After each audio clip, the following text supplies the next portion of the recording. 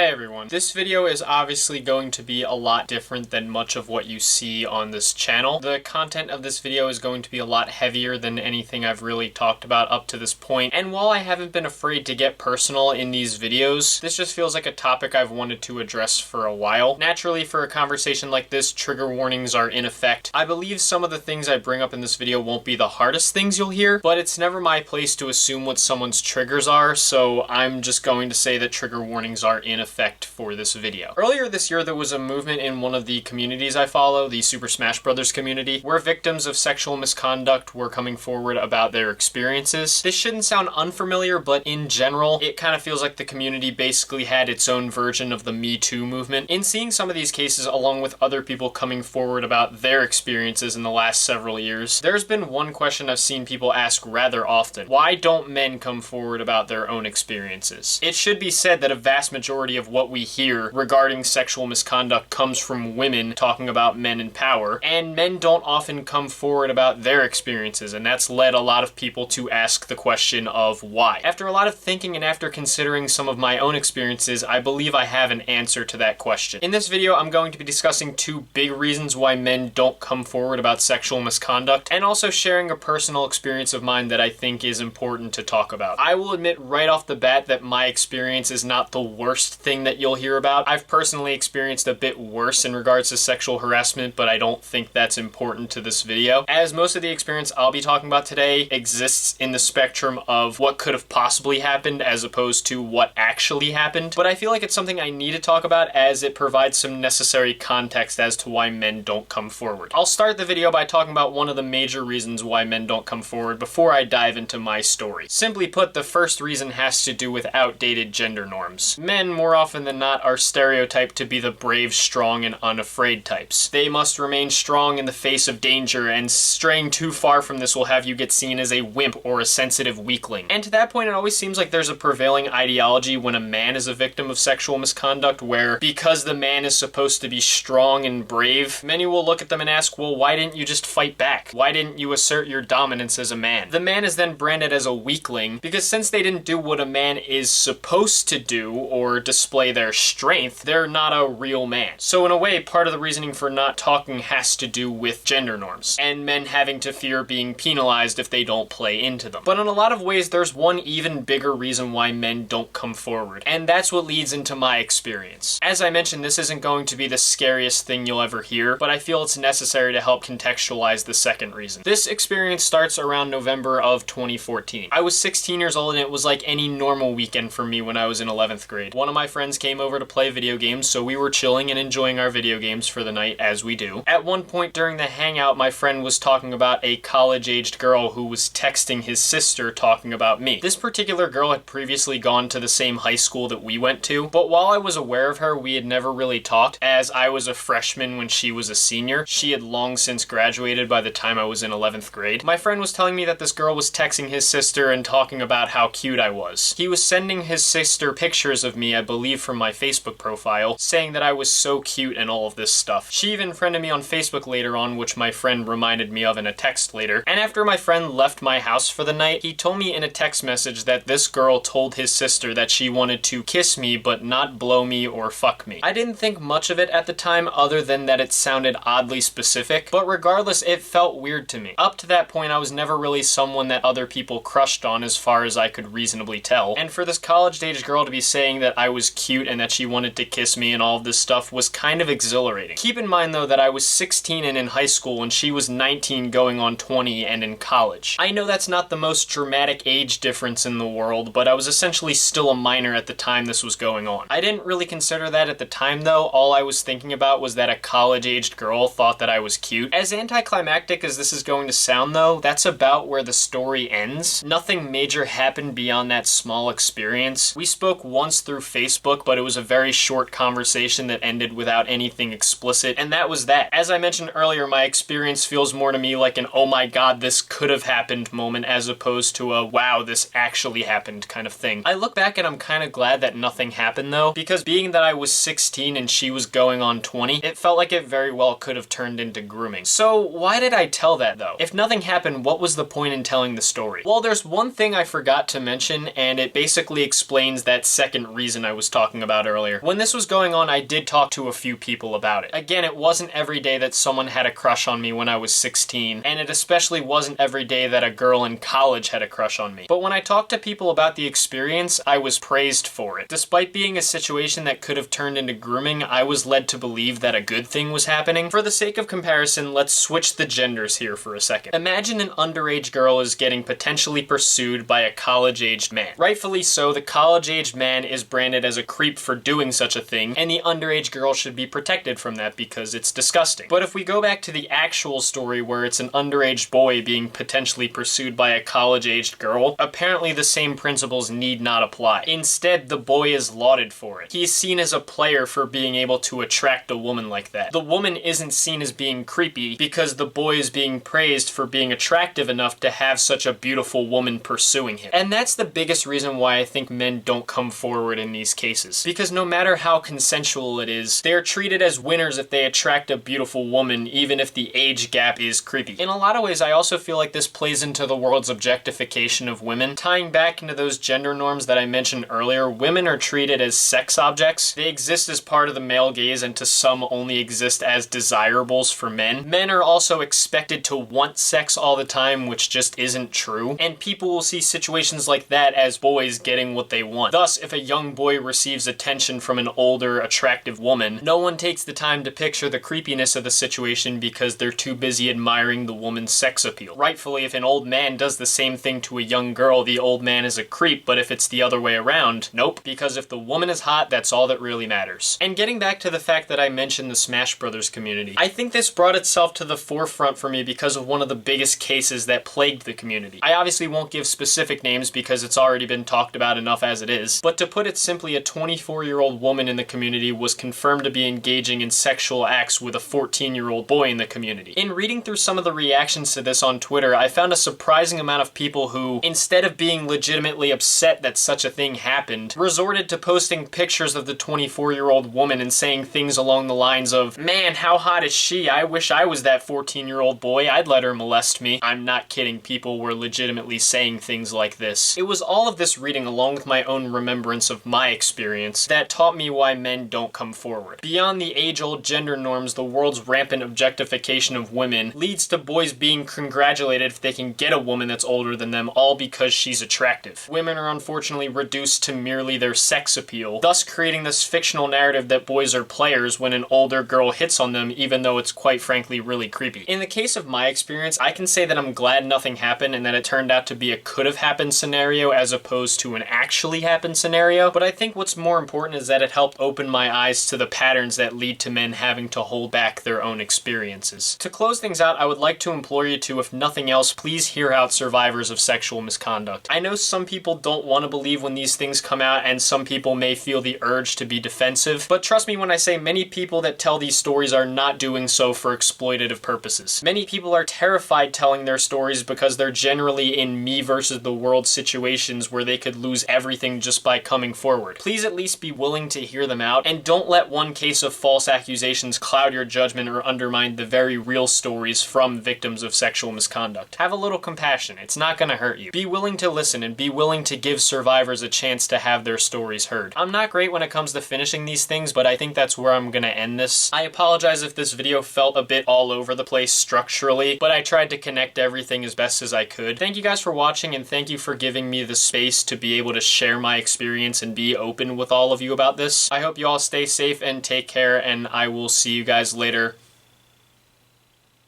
Peace.